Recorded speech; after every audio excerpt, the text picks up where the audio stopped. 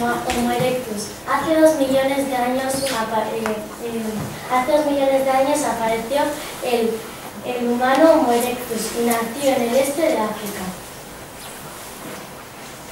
Homo erectus era grande y arriesgado, mantenía recto y era capaz de mantener la cabeza muy recta. Medía 1,50 metros y 1,60 metros.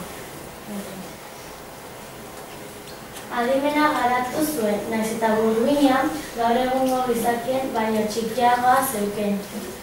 Gizaki hau soinuen eta soinuen bidez eta zenbat eta erabiliz mintzatzeko gai zen eta hantxe garatu zen hizkuntza.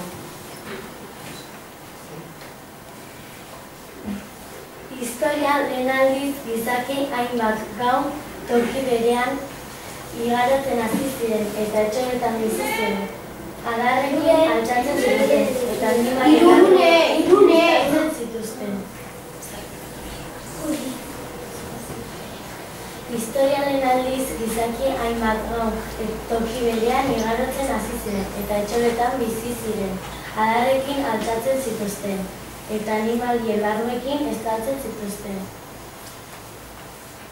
Harriak hobetu eta gehiago lantzen hasi ziren, gainera bi aldetatik ere lantzen hasi ziren, eta mobilizentrenak asko hobetu zituen, eta trampak ere lantzen bazekiten egiten.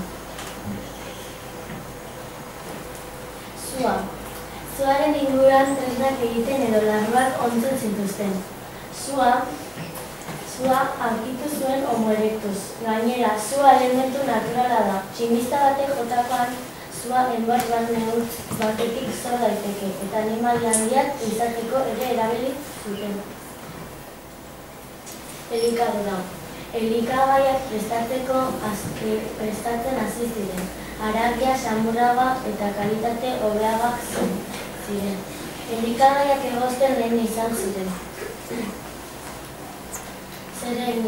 Zereginak ondo banatuta zituzten. Batzuk sua piztuta arduratzen ziren, eta beste batzuk haziak biltzen dituzten. Beste araiak ekartzen zuten, eta uzana molektuzena ikatzen.